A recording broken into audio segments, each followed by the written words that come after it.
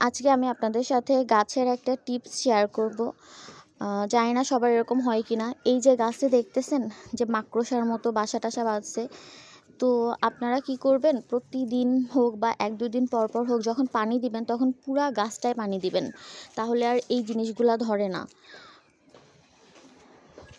আগে আমি প্রায় আসতাম, এগুলা করতাম আর কি। এখন আম্মুই একা করে, তো একজন মানুষ একা একা সবসময় পরিচর্যা করে, অনেক সময় দেখা যায় যে সে করে পারে না, তো এমনটা হয়। আর এপাশে আমাদের যদিও একটা ফার্ম আছে, সেখান থেকেও একটু ধুলাবালি আসে এই জায়গাতে।